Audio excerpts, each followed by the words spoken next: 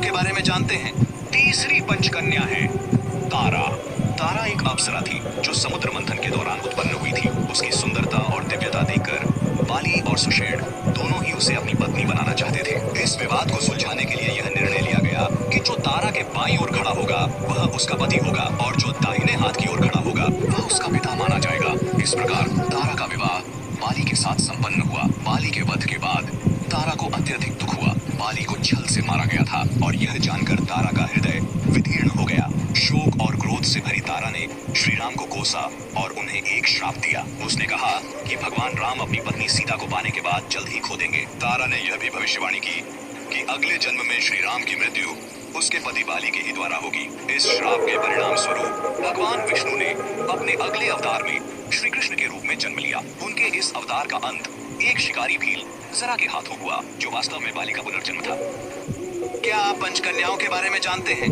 तीसरी पंचकन्या है तारा। तारा एक कर श्री राम की शरण में चले जाएं। वो मनुष्य नहीं है, स्वयं नारायण का अवतार है। देवता भी उसका सम्मान नहीं करते।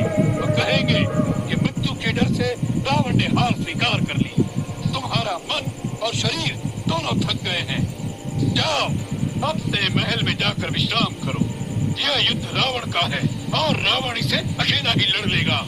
जहाँ तक मेरा संबंध है, मैंने युद्ध शुरू कर दिया है। अब यहाँ से भागकर भगवान की शरण में जाने से भी अब यश ही मिलता है।